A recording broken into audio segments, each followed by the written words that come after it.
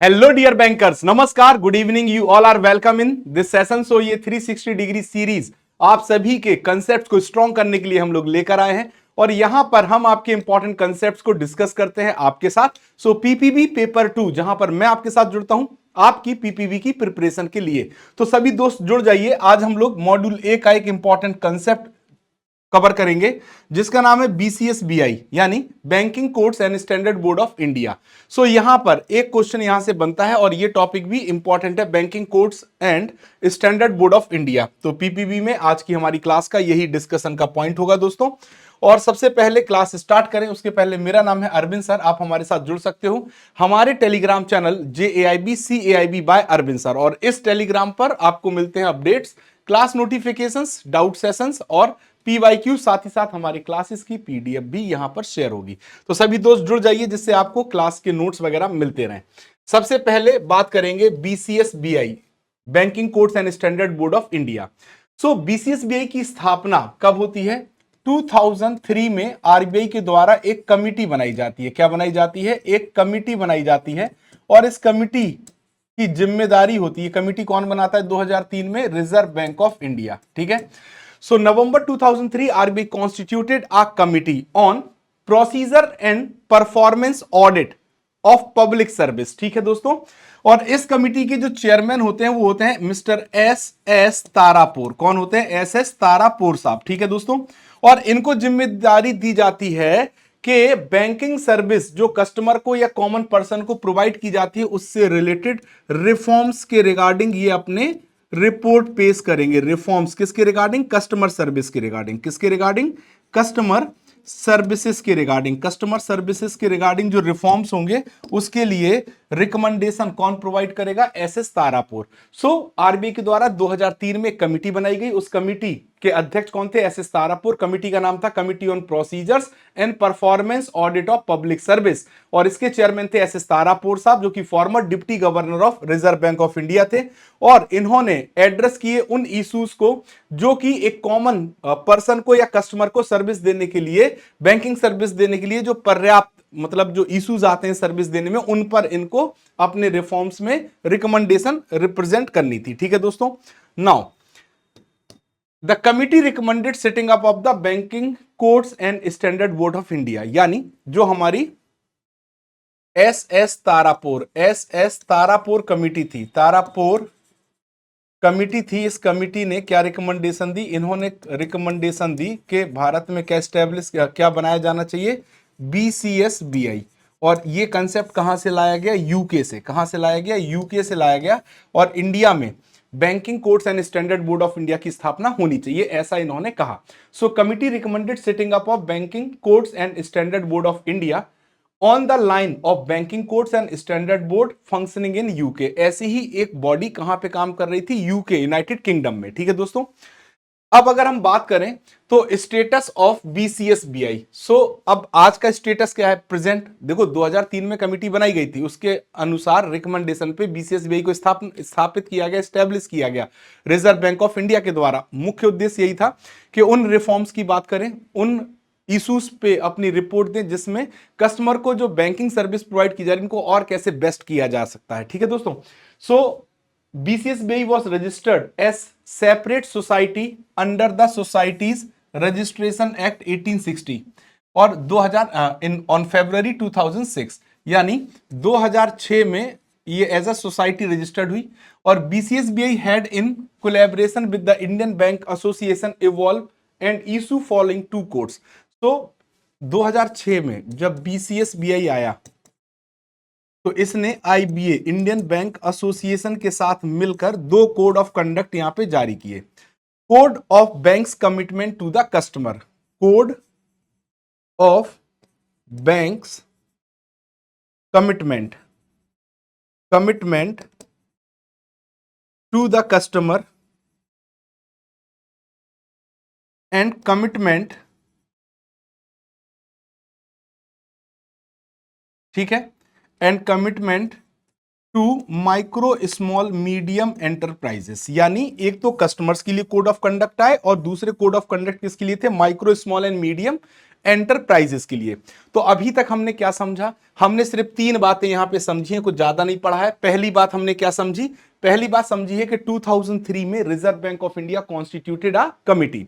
Committee का नाम था, कमिटी का नाम क्या था? Committee on procedure and performance audit of public service. और इस कमिटी को लीड कौन कर रहे थे? मिस्टर एस तारापुर साहब। ठीक है दोस्तों। और ये क्या थे? Deputy governor of RBI, to address the issues related to the availability of adequate banking services. ग्राहकों के लिए जो पर्याप्त बैंकिंग सर्विसेज उपलब्ध कराने के लिए कौन कौन से इश्यूज आ रहे थे, उन इश्यूज पे इनको काम करना था। किनको? एस तारापुर साहब को। ठीक है दोस्तों। और committee recommended setting up of the BCSBI. तो इस कमिटी ने रिकमेंडेशन क्या दी कि भारत में भी क्या होना चाहिए? Banking code and standard board of India होना चाहिए, जैसा यूके में चलता है। फिर क्या हुआ? बीसीएसबीआई को रजिस्टर्ड किया गया as a separate societies act के तहत, सोसाइटी रजिस्ट्रेशन एक्ट 1860 के तहत, और 18 फरवरी 2006 को, 18 फरवरी 2006 को। और यहां पे बीसीएसबीआई ने आईबीए इंडियन बैंक एसोसिएशन के साथ मिलकर 2 प्रकार के कोड ऑफ कंडक्ट जारी किए। पहला कोड ऑफ कंडक्ट था कस्टमर के लिए, दूसरा कोड ऑफ कंडक्ट था किसके लिए? Micro small medium enterprises. तो जो पहला हमारा code of banks commitment to the customer, ये 2006 में इशू किया गया और 2018 में इनको रिवाइज किया गया। फिर दूसरा क्या था? Code of banks commitment to the micro small enterprises, और इन्हें रिलीज किया गया 2008 में, और 2012 एंड 15 में इनको क्या किया गया? रिवाइज किया गया। ठीक है दोस्तों। Now what is the present condition? BCSBI has discontinued operation related to the object of the trust effective from 1st April 2019। Trust से रिलेटेड, जो ट्रस्ट से रिलेटेड जो भी ऑपरेशन थे, रिलेटेड जो भी ऑपरेशन थे, जो भी ऑपरेशंस थे, उन ऑपरेशंस को 1 अप्रैल 2019 से डिसकंटिन्यू कर दिया गया। और आरबीआई ने इसकी जगह क्या एस्टेब्लिश किया? RBI has since set up consumer education and protection department, CEPD, issues the charter of the consumer rights and considerably strengthen the ombudsman mechanism to enhance customer service। तो ये 3 काम आरबीआई ने किए इसके बाद। पहला उन्होंने, दूसरा और तीसरा। पहला काम इन्होंने क्या किया? सीईपीडी की स्थापना की। ठीक है, CEPD, consumer education and protection department. दूसरा सीओसीआर लेके आए। क्या लेके आए? COCR, charter of customer right. ठीक है। और तीसरा जो अंबुड्समैन लोकपाल, अंबुड्समैन जो मैकेनिज्म है, इसको और स्ट्रॉन्ग कर दिया। ठीक। तो इन 3 स्तर पे आरबीआई ने क्या किया? काम किया। ठीक है दोस्तों, डन है। अब code of banks commitment to the customer, 2 ही प्रकार के कोड थे जो कि बीसीएसबीआई के द्वारा जारी किए गए थे। पहला code of banks commitment to the customer. तो कस्टमर के लिए क्या कमिटमेंट्स थे? तो हम ऑलरेडी पढ़ चुके हैं कि ये जो code of commitments to the customer हैं, इनको इशू किया गया 1 जुलाई 2006 को, रिवाइज किया गया 2009 एंड 14 में, to bring about the greater transparency and further enhance in banking practices. So banking जो प्रैक्टिसेस थी, ठीक है, बैंकिंग जो प्रैक्टिसेस थी, इनको इनहांस करना। इनको क्या करना? इनहांस करना। साथ ही साथ अगर हम बात करें तो ट्रांसपेरेंसी, क्या बढ़ाना? ट्रांसपेरेंसी को यहां पे इंक्रीज करना। ये हमारे code of banks commitment to the customer का मेन ऑब्जेक्टिव था। इनहांस करना बैंकिंग प्रैक्टिसेस को, और ट्रांसपेरेंसी को क्या करना? इंक्रीज करना। ठीक है। अब इनमें कस्टमर्स को कौन कौन सी सर्विसेज ऑफर की जाती हैं जिनके तहत कस्टमर को जो भी ट्रांसपेरेंसी और कस्टमर सर्विस को एनहांस करने की बात की, वो कौन कौन से प्रोडक्ट थे? डिपॉजिट अकाउंट से रिलेटेड, सेफ डिपॉजिट लॉकर से related, settlement of account deceased account holders, है ना, जो लोग मृत्यु हो जाती है उनके अकाउंट का settlement, foreign exchange services, remittance with in India, loan and advances and guarantees and credit card और इंटरनेट बैंकिंग। ऑल दीज, ये सभी वो प्रोडक्ट थे जो कि कस्टमर से रिलेटेड, जिन पे बैंकिंग कोड, मतलब कोड ऑफ बैंक्स कमिटमेंट को अप्लाई किया गया बीसीएसबीआई के। Code of Banks Commitment to Micro Small Enterprises. So this code was brought out by BCSBI in May 2008. MSE micro small enterprises के लिए जो कोड ऑफ कमिटमेंट थे वो 2008 में इंट्रोड्यूस किए गए। Set minimum standard of banking practices for bank to follow when they deal with micro small enterprises. जब भी कोई बैंक जब भी बैंक्स डील करेंगे किसके साथ, डील करेंगे किसके साथ, माइक्रो स्मॉल एंटरप्राइजेस के साथ, तो इनके लिए मिनिमम जो स्टैंडर्ड्स इनको फॉलो करने होंगे, मिनिमम स्टैंडर्ड्स जो इनको फॉलो करने होंगे सर्विसेज से रिलेटेड, उनको इन कोड में इंट्रोड्यूस किया गया। ठीक है, और ये उन्हीं एमएसएमई के लिए लागू होंगे या माइक्रो स्मॉल एंटरप्राइज के लागू होंगे जो कि एमएसएमईडी एक्ट के तहत आती हैं। किसके तहत आती हैं, एमएसएमईडी एक्ट के तहत आती हैं। ठीक है दोस्तों, डन है, क्लियर है। आगे अगर हम बात करें तो it improve the protection to MSE and explain how bank are expected to deal with them for their day-to-day operations and in time of financial difficulties. It improve and provide protection. यहां पे जो micro small enterprises थी, ठीक, इनको protection provide करना, क्या करना, protection provide करना, साथ ही साथ सर्विसेज को क्या करना, इंप्रूव करना। क्या करना, इंप्रूव करना। ठीक है, सर्विसेज को क्या करना, इंप्रूव करना, जिससे अब जो भी इनके मतलब जो भी बैंकों के क्या है, जब भी डील करेंगे बैंक इनके साथ, तो जो डे टू डे ऑपरेशंस होते हैं या ये जब भी फाइनेंशियल डिफिकल्टी, इनके डे टू डे ऑपरेशंस क्या होते हैं, डे टू डे ऑपरेशंस का मतलब है वर्किंग कैपिटल से रिलेटेड, वर्किंग कैपिटल से रिलेटेड जो भी इनकी रिक्वायरमेंट्स हैं, साथ ही साथ अगर इनको फाइनेंशियल डिफिकल्टी का सामना करना पड़ा है तो इन कोड्स को 2012 और 2015 में क्या किया गया, रिवाइज किया गया। All the aspects covered in Code of Banks commitment to the customer are also covered in the Code of Banks commitment to micro small enterprises. यानी जो एस्पेक्ट्स कस्टमर वाले कोड ऑफ कंडक्ट में cover किए गए थे, वो सभी aspects MSE वाले जो भी माइक्रो स्मॉल और माइक्रो एंड स्मॉल एंटरप्राइजेस वाले कोड ऑफ कमिटमेंट है, उनमें भी उन एस्पेक्ट्स को कवर किया गया। In addition the code of banks commitment to MSE, इसके साथ साथ जो माइक्रो स्मॉल एंटरप्राइजेस के कोड ऑफ कमिटमेंट थे, also applicable to the letter of credit, ये लेटर ऑफ क्रेडिट पे भी जारी हो रहे थे, बिल्स पे भी जारी हो रहे थे, फैक्टरिंग सर्विसेज पे भी एप्लीकेबल है और मर्चेंट सर्विसेज पे भी क्या होंगे, एप्लीकेबल होंगे। ठीक है दोस्तों, नाउ अब देखो अगर हम बात करें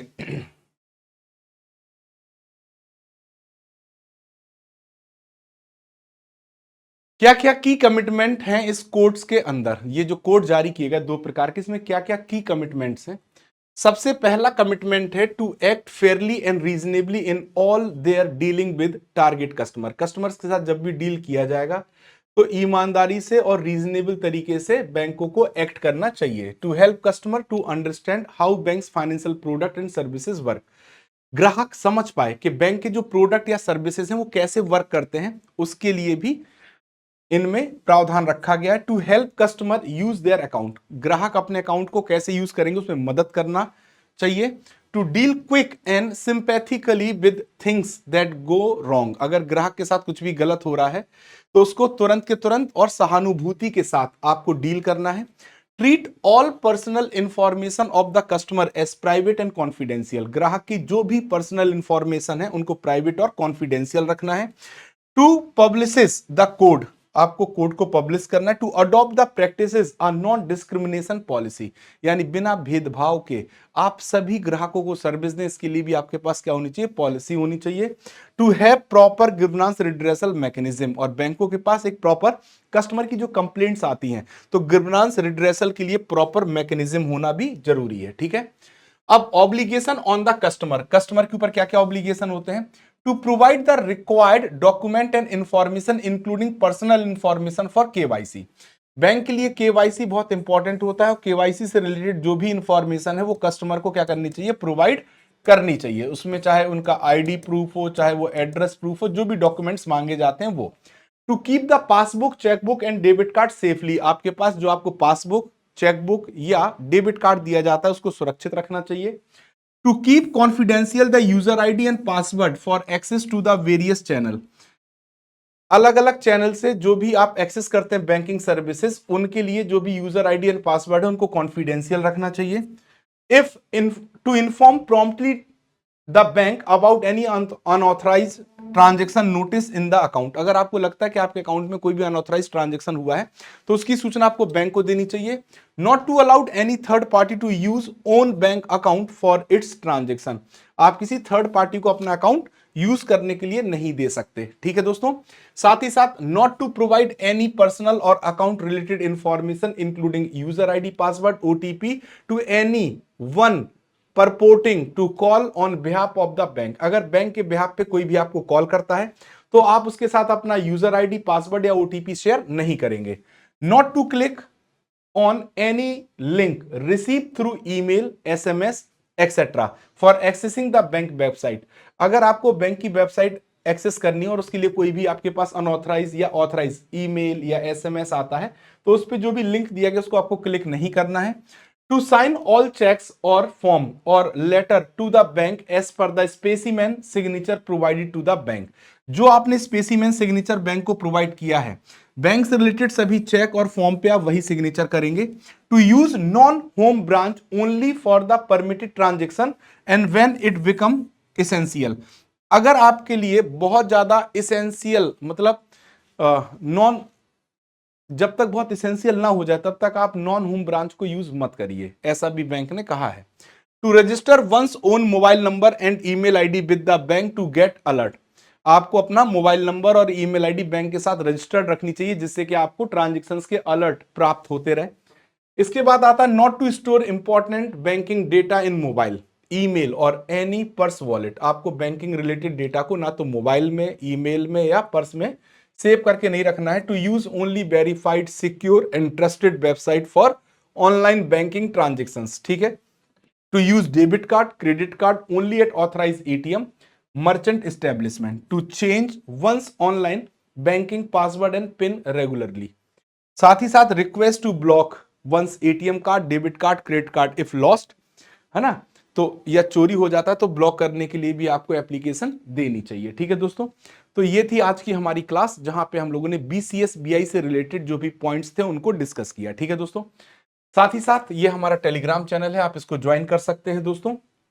अब देखिए, आप सभी के लिए हमारा फाउंडेशन 2.0 बैच मई 2026 के लिए अवेलेबल है। आप इस बैच को ज्वाइन कर सकते हैं प्रो और रेगुलर प्लान में लीस्ट प्राइस के साथ। साथ ही साथ जेएआईबी की प्रिपरेशन के लिए आपके लिए हमारा महापैक भी अवेलेबल है। क्या अवेलेबल है? महापैक। महापैक को कहा जाता है वन स्टॉप सोल्यूशन। क्या कहा जाता है? One stop solution. क्यों कहा जाता है? क्योंकि आपकी कंप्लीट प्रिपरेशन के लिए हमारा जेएआईबी महापैक काफी है, सफिशिएंट है। और इसे भी 6 मंथ महापैक, 12 मंथ महापैक और 24 मंथ महापैक में ये अवेलेबल है और लिस्ट प्राइस पे समय आप सब्सक्राइब कर सकते हैं। साथ ही साथ जो दोस्त हमारे अपने वर्किंग में ज्यादा बिजी हैं, जिनको समय नहीं मिल पाता है वीकडेज में, उनके लिए हम स्पेशली एक नवंबर 2026 यानी नेक्स्ट साइकिल के लिए बैच अभी लेके आए हैं और ये बैच वीकेंड बैच होगा जो कि नवंबर 2026 को टारगेट करेगा। तो आप इस बैच के साथ जुड़ के भी अपनी वीकेंड की तैयारी कर सकते हैं। साथ ही साथ जेएआईबी एमसीक्यू बैच भी आपके लिए लॉन्च हो चुका है, बहुत जल्दी स्टार्ट होने जा रहा है। चारों सब्जेक्ट के एमसीक्यू क्लासेस आपको यहाँ प्रोवाइड किए जाएंगे और इसमें आपको रेगुलर प्लान और प्रो प्लान दोनों तरीके से अवेलेबल है। जिनके पास महापैक है उनको ये बैच उसमें इन्वॉल्व मिलेगा। ठीक है दोस्तों, और आरबीआई ग्रेड बी के लिए समर्थ 2.0 बैच हमारा अवेलेबल है। फेज 1 फेज 2 दोनों की तैयारी आप कर सकते हैं। साथ ही साथ bankers edge set of 4 books, exhaustive theories, hint and solutions, question with case studies, mind map and quick revision आपके लिए अवेलेबल है। ठीक है, और इस बैच को आप 1224 रुपए लीस्ट प्राइस में पीडब्ल्यू स्टोर, अमेजॉन या फ्लिपकार्ट से सब्सक्राइब कर सकते हैं। तो आज की क्लास में बस इतना ही। थैंक यू वेरी मच दोस्तों, आई होप आपको क्लास समझ में आई होगी। कहीं कोई डाउट नहीं है, जो भी डाउट है आप हमारे साथ शेयर करिए, हम आपके आंसर्स प्रोवाइड करेंगे। Thank you very much.